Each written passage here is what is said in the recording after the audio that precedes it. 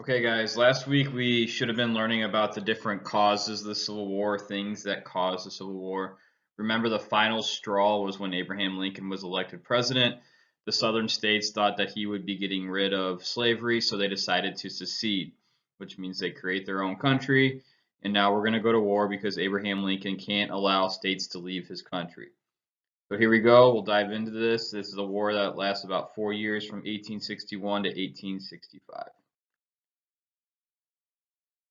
First and foremost, what is a civil war? How is a civil war different than normal wars? A civil war is a war between people of the same country.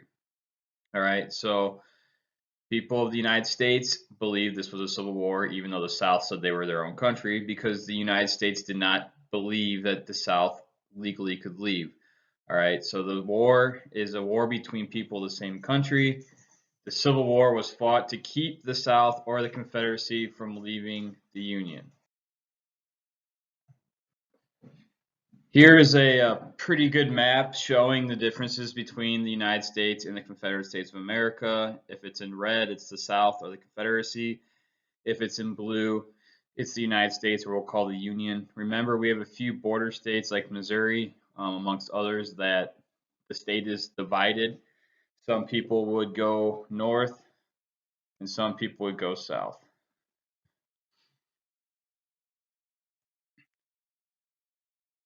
So once again, we're going to talk about southern states seceding briefly. We talked about this last week, but remember, southern states hated Abraham Lincoln because he was an abolitionist. Remember, an abolitionist is someone who is against slavery. So as a result of him being elected, the South will then secede or split away from the Union. They believe they have the right to secede because they view Lincoln as a tyrant. So if you think about the American Revolution, this is kind of similar to the colonies separating from England. All right, because the colonies technically were part of England, but they saw King George III as a tyrant leader. So they think they have the right to do it. Sorry, the South thinks they have the right to secede, just like the colonies had a right to get away from a tyrant leader. Let's go over some quick advantages of both the North and the South. Okay, the North, the Union, they had double the South's population, so they had way more people. They had double the railroads, which means they can transport soldiers and food and other goods quickly, weapons. And they had 5 times as many factories. Factories are going to be used for building guns and other things to help warfare. The South had much better generals. Okay, we're going to learn about some of the generals here in a little bit, but their men knew how to fight. Most of the fighting is going to happen in the South, which means they have a home field advantage. They're close to their supplies. They know the terrain and the land much better. So that's going to be a positive thing. And lastly, England is going to try and help the Confederacy because the Confederacy has a bunch of cotton. England needs that cotton for their textile or clothing factories. So England will support the South during this time. They mainly they help with like money and gold and things like that. They don't really provide soldiers like when France sent soldiers to help the colonies. That's not how this really works out. They pretty much just send money and supplies. So quickly, a lot of students find this interesting, but technically, the Civil War has the most American casualties in any war the United States has been involved in. The reason being is because both sides fighting are Americans. So anyone dying in this would be considered American death. So that's why you have 627 or 620,000 people dying. Kids find this interesting because obviously in World War I and World War II, there's going to be better uh, machinery and weapons. And yes, there will be more people that die in those wars, but they're not going to be American deaths. They're going to be European deaths. So leaders of the war. All right. I kind of broke this up by presidents and their generals. On the left, you have the Union. On the right, you have the Confederacy. President Lincoln is in charge of the Union, and his #1 general is Ulysses S. Grant. Interesting fact: Grant has a house in Galena, not too far away from Dubuque, I was actually going to try and look into maybe trying to get you guys to go over there for a field trip, but obviously that got canceled. On the right, you have Jefferson Davis. He is the president of the Confederacy. We briefly talked about him last week, and his lead general is Robert E. Lee. Um, Robert E. Lee is actually going to be like the best general we have in the United States. In fact, Abraham Lincoln asks him to be the leader of the Union generals, but Robert E. Lee's family is from the South, so he feels that he needs to go help them out. So, this war, you're going to start to see way more different weapons being used. You're going to have much more deadlier cannons and bullets. The bullets are going to be able to fly straighter and further and harder. You're going to have way more accurate rifles. A lot of warfare is going to be happening on the Mississippi River and other rivers, so you're going to have these things called ironclad ships. It's essentially a ship that is encapsulated by metal, so anything that shoots it, it won't really hurt it compared to the wooden ships that we used to have. And then they're also going to introduce this thing called a Gatling gun. If you YouTube Gatling gun, it'll show you what it really looks like. But what the Gatling gun does is essentially the first like machine gun. All right, and it's like a big circle. Someone spins a wheel, and it just shoots bullets at a very, very high rate, much faster than anything else we've seen. So because of this new weaponry, that's where you're going to see the advancement in deaths, and a lot more deaths than previous wars. So let's get into some of the battles. The first battle is going to be considered the Battle of Fort Sumter. There is a fort in the South, in South Carolina, which is part of the Confederacy, but the Union soldiers still have not really given up their stuff because they don't believe that the South should be able to secede.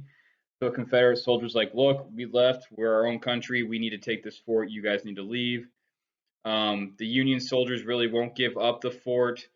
They can't really get supplies from anyone, and they end up losing this battle, and the Confederacy wins the first official battle of the war. It's not huge, it's not a big thing, not a lot of people die here, but it just kind of triggers the war, the start of the war. Think of the Lexington and Concord from the American Revolution. Remember, that was a shot heard around the world. That was the first like battle. This is the same thing. Not a lot of people die, but it kicks everything off.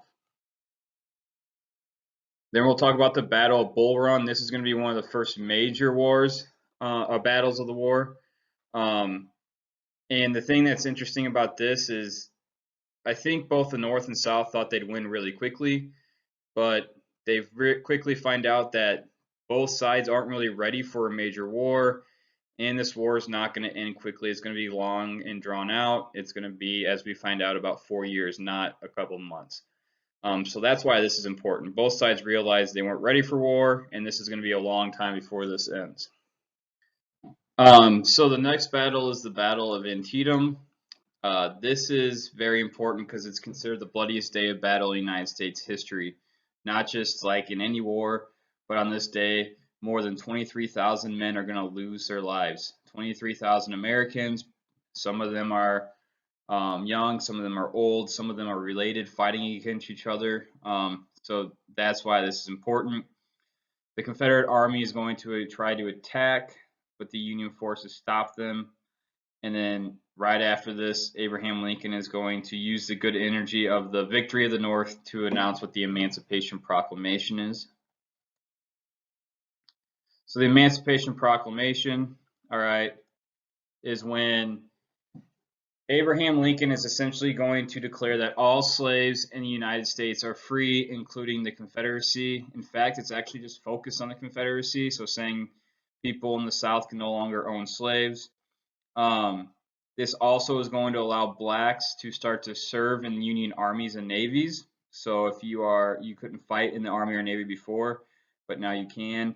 And a lot of African Americans are going to kind of jump on this because they're going to want to get revenge for their ancestors and even them being slaves. However, the Emancipation Proclamation doesn't really have a lot of power at the beginning of its history because the South is like, why would we listen to Abraham Lincoln? He's not our president. Jefferson Davis is our president. And we don't need to listen to Abraham Lincoln. So they don't really even care about the Emancipation Proclamation. Um, but what happens is this really changes the war to the issue of slavery. Prior to this, it had to do a lot with states' rights. What rights do states have that they don't have? Here, it's now going to be focused on slavery. Sorry, guys, I had to pause it real quick.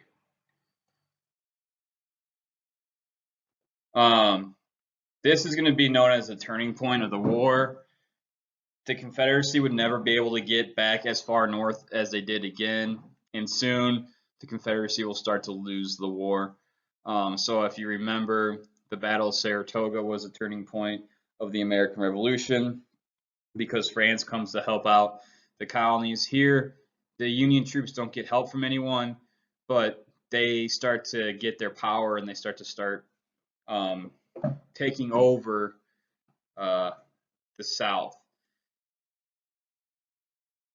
After this battle of Gettysburg, this major battle, 50,000 troops died total. Abraham Lincoln's going to give his Gettysburg Address. Essentially, he goes to the battlefield of Gettysburg and he goes to honor the dead.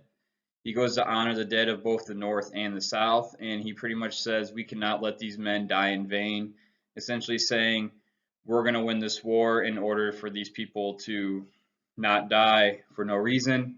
And it's one of the most famous speeches in the United States history. If we had more time in class, we would definitely be breaking this down in more detail. The last major battle is going to be the Battle of Vicksburg. This is going to be the Union's another Union victory. Essentially, it splits the Confederacy in half because the Union takes control of the Mississippi River. So if you're looking at a map of the United States, the Mississippi River is between Texas and Louisiana. Actually, it goes down the middle of Louisiana. So when you get control of the Mississippi, that whole western part is going to be separated from the rest of the Confederacy. And then you're going to start to see General Sherman, who is a Union soldier, do this scorched earth or total warfare policy, which we'll talk about briefly in a little bit, on his march to the sea. At this time, they're also going to start to introduce this thing called the Anaconda Plan. Okay, and if you think of an anaconda, it's a very large snake. It's not a poisonous snake, so if it bites you, you don't necessarily die. But the way it kills you or kills its prey is by constricting it or like just getting it wrapped around and tightening and tightening. So what the Union's going to start to do is they're going to start to constrict, okay, and just tighten up its grip on the South. And as they do that, the South's going to start to have to give up. What's going to be happening here is let me try and get this marker here. The capital of the Confederacy is in Richmond, which is like right here. You can see the red dark mark. The Union's going to start to get closer and closer to attacking that. And then, as we already talked about, Sherman is going to be taking his men and marching to the sea and taking people out. One quick thing is after the Emancipation Proclamation, we talked about slaves or black men becoming troops. The most famous troop is this thing called the 54th Regiment. Okay, and they're going to be the first people trained and ready to fight. They fight at this thing called the Battle of Fort Wagner, and the Battle of Fort Wagner is an impossible mission. They're not going to win. Half their men die.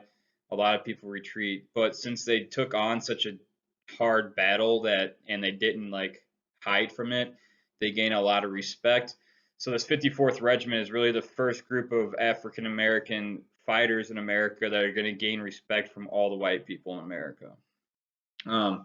There's a movie called Glory. It has, you can see pictures here, Denzel Washington, Morgan Freeman. It's a very good movie about the 54th Regiment. It is rated R, so I would recommend getting permission to watch it, not just watch it without your parents. And as we kind of already talked about at this time, total warfare or scorched earth policy is going to begin to try and take the South out. Total warfare is where armies will do whatever it takes to win, even if it doesn't follow all the laws. So General Sherman's march to the sea, as he marches to the sea, he's essentially just going to be destroying anything of value for the South. May it be like farms and animals and vegetables that they can feed or use for like transportation, or even just robbing people's houses and burning houses down.